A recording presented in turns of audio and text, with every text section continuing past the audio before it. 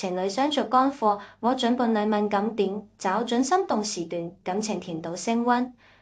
跟大家掏心窩，資料點實在的，不管是談戀愛穩定發展，還是已經成家過日子，很多人都遇到同一個難題，兩人在一起時間久了，總覺得少了當初那種心動曖昧感。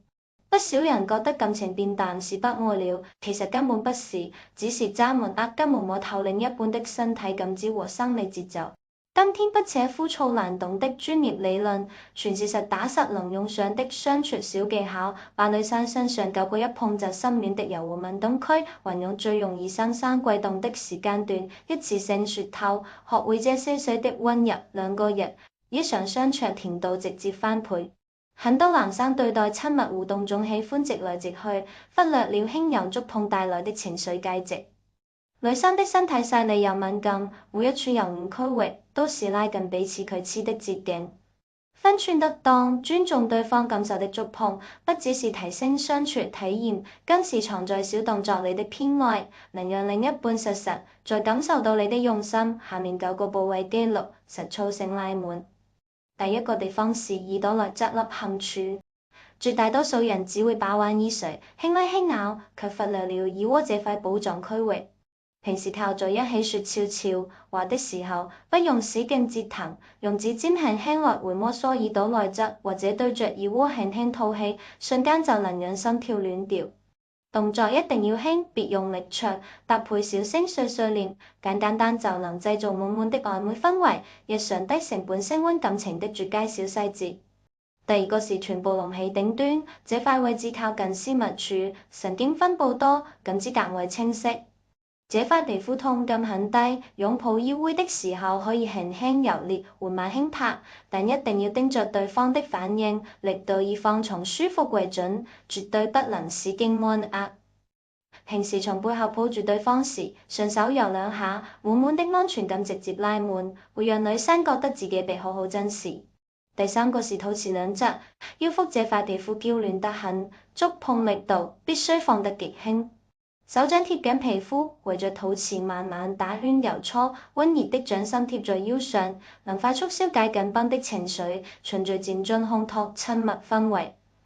按摩過程中都觀察對方神態，一旦覺得發癢、不舒服，立刻減輕力度，千萬不能心急。第四個是肩膀，現在不管誰，長期久坐乾活，肩膀基本都僵硬酸痛，這裡還是藏起來的敏感地帶。用大拇指從脖子根部朝着鎖骨慢慢揉搓，輕柔按壓就能緩解渾身疲憊。要是兩人關係足夠親密，還能用下齒輕輕塞一下肩頭，千萬別用力落紅印。對於每天忙到身心俱疲的女生來說，一場帶着心意的肩頸按摩，既能緩解身體酸痛，又能快速消掉日常積存的負面情緒，距離瞬間拉近。第5處是雙胸中間的位置，相處的時候，用拇指緩慢輕按這塊區域，感覺到對方有動容的反應就停下。闊度輕柔按壓既能烘托曖昧氛圍，長期溫和按摩還能促進胸部血液循環，一舉兩得。重中之重是把控力度，絕對不能用力擠壓，只會讓人產生不闊感，得不償失。第6處是後頸和脖頸兩側，這裡皮膚薄，神經密集，一點點觸碰都能清晰感知。低頭輕輕抿一下後頸，或是用指腹慢慢揉捏脖子兩側，嘴唇輕親皮膚，簡單幾個動作就能讓人放下所有防備，整個人變得柔軟溫順。獨處時從身後環抱住對方，低頭輕親脖頸，不用多說一句話，曖昧氛圍自然而然就到位。第7個是肩胛骨或者最中間的後背區域，絕大多數人都會忽略後背的氛圍感。用食指和中指指腹從肩胛骨下方往這方向緩慢按，力度舒緩擴張，放鬆僵硬後背肌肉，加速血液循環，捨掉一整天積存的壓力。睡前花幾分鐘幫伴侶按，一按後背，身心放鬆下來，兩顆心也會靠得更近。第8處是雙腳大腳趾和食指中間的縫隙，很少有人能想到腳部也有敏感點位，這裡連通着全身感知神經，闊度按壓會帶來獨特的舒緩愉悅感。晚上一起泡的時候，順手用指腹按壓這個位置，力度可以稍微加重一點。泡腳搭配簡單按摩，放鬆全身。睡前這種細碎互動，悄悄拉近彼此距離。第9處是腳心，腳心佈滿細密神經，輕輕撫摸揉搓觸感格外清晰。重點可以按壓腳心衝痊癒，既能舒緩身心，還能調養身體。整隻手掌包裹住腳心，從腳趾一路揉搓到腳後跟，一套流程做完，渾身緊繃感全部消散，身心放鬆之後，才願意敞開心扉和伴侶親近。這裡必須提前劃重點，每個人身體感知差異很大，有人耳朵一碰就臉紅，有人偏愛後背按摩有統一標準。所有觸碰按摩的第一準則就是時刻詢問對方感受，守住對方的邊界，只要對方表現出抗拒不舒服，立刻停下。雙向舒闊才是健康長久親密關係的根本。說完身體敏感點位，再講核心乾貨，找準女生心動感最強、情緒最柔軟的時間段，不用刻意製造氛圍，相處時自然溫情滿滿。先說104季，有相關調研統計，夏天是情侶親密互動最多的季節，全年60%以上的溫馨相處都集中在夏季，其次是冬天、春天、秋天佔比最低。原因很好理解，充足陽光會調節大腦腺體，減少讓人情緒壓抑的褪黑素，整個人心情舒展，很容易滋生心動。再加上夏季衣物輕薄，大家更接納自己的身體，自信感上漲，相處時曖昧情愫來得更快。閒暇時候都安排居家獨處，出門散步，找住夏天這個感情升溫黃金期。在後母月生理週期，女生1個月會出現2次情緒需求高峰，2次高峰間隔大概14天。第一次高峰在經期來臨之前，體內激素大幅波動，內心格外渴望陪伴與親密。第二次高峰是排卵前後2-3天，激素變化讓情緒柔軟，願意主動貼近伴侶。